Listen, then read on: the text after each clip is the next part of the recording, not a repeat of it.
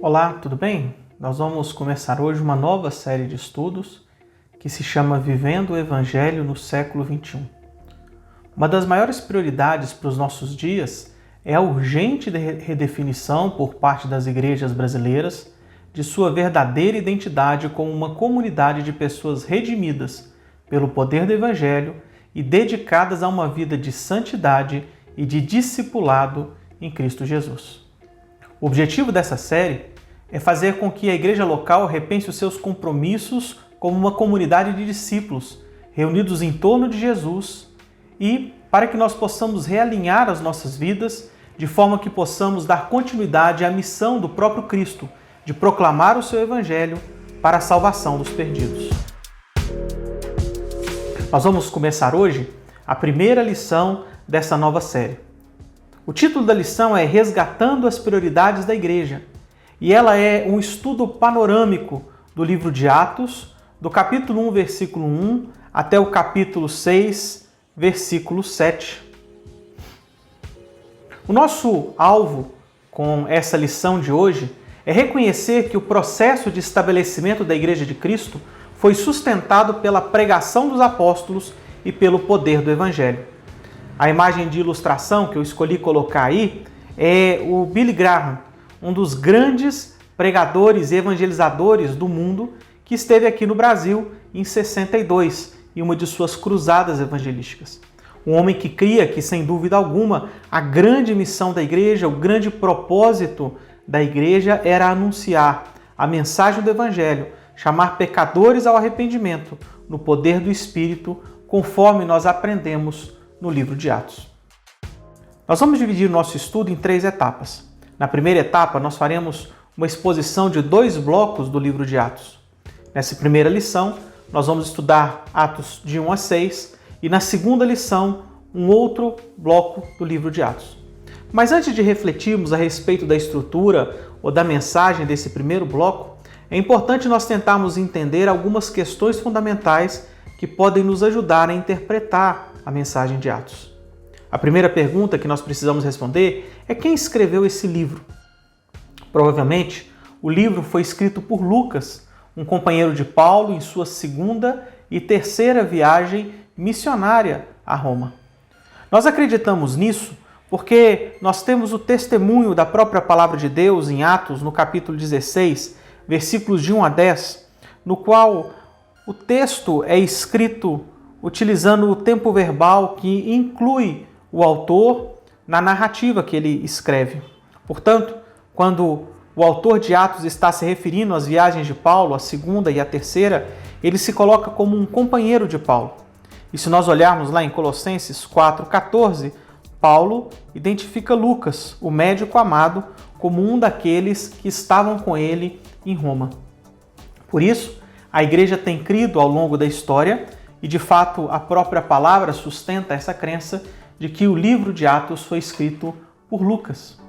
A segunda pergunta importante para respondermos é por que Lucas escreveu esse livro? Quando nós olhamos para a palavra de Deus, nós vemos que Lucas, na verdade, escreveu 2 livros. Primeiro, o próprio Evangelho de Lucas e segundo, o livro de Atos. No Evangelho de Lucas, no capítulo 1, versículos de 1 a 4, Lucas diz que escreveu o seu livro para um homem chamado Teófilo.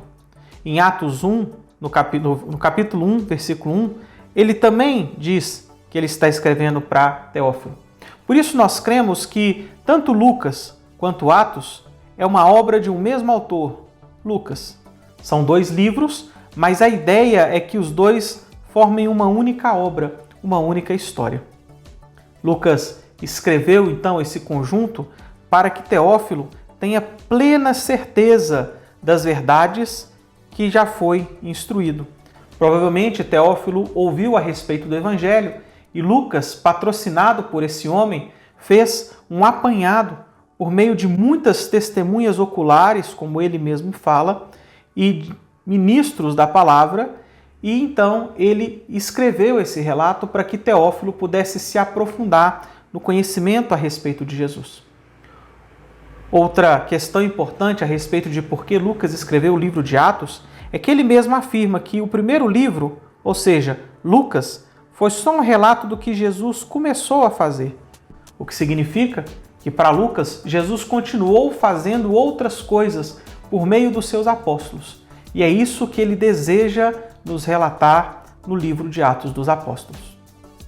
Qual é a conexão que nós encontramos entre Atos e o Antigo Testamento? De que maneira Lucas faz a conexão entre os eventos de Atos com aquilo que Deus prometeu e anunciou no Antigo Testamento? Bom, o registro do cumprimento da promessa da aliança com Abraão de transmitir a bênção a todas as nações através de seu descendente Jesus de Nazaré é um dos grandes focos do livro de Atos.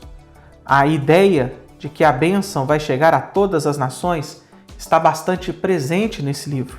A ideia de que Jesus de Nazaré é aquele através de quem Deus faz avançar a sua promessa também está presente nesse livro.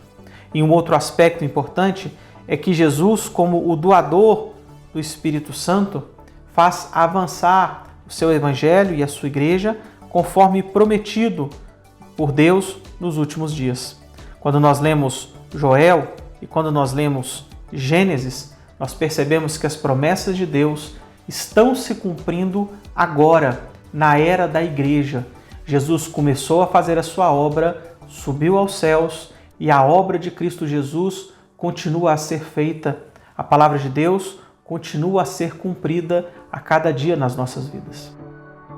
Uma outra questão que nós precisamos responder sobre o livro de Atos, para entendermos melhor aquilo que Lucas nos ensina, é respondermos como as narrativas estão organizadas. Como é que Lucas organizou as histórias e todo o material a respeito do qual ele ouviu falar ou a respeito do qual ele mesmo testemunhou? Quando nós olhamos em Atos, no capítulo 1, versículo 8, nós temos o discurso de Jesus aos seus discípulos, prometendo a vinda do Espírito sobre eles com um propósito. O Espírito viria para que eles fossem testemunhas de Cristo Jesus. E Jesus, então, fala a extensão desse testemunho, de Jerusalém, Judeia e Samaria, e então até os confins da terra. O livro de Atos, portanto, é organizado como uma série de histórias concêntricas que partem desse início no qual Jesus Cristo sobe, o Espírito Santo desce e então o Evangelho começa a ser pregado e ele vai sendo propagado cada vez mais, de forma que o final do livro de Atos nos deixa com essa ideia de que ao longo da história e por gerações, o efeito do Evangelho, a progressão do Evangelho vai se estendendo a todas as nações. As narrativas de Atos, então, estão organizadas em 3 grandes blocos. O primeiro bloco, Jerusalém e Judeia, de 1 a 7. Lucas foca no início do Evangelho, no estabelecimento da igreja. Até o capítulo 6, a igreja se estabelece. Na metade do capítulo 6 e no capítulo 7, a igreja começa a ser perseguida e isso então agora se torna como um catalisador para que a igreja deixe Jerusalém e se espalhe por outras cidades. Os capítulos 8 a 12 fazem essa transição. É o evangelho na Samaria.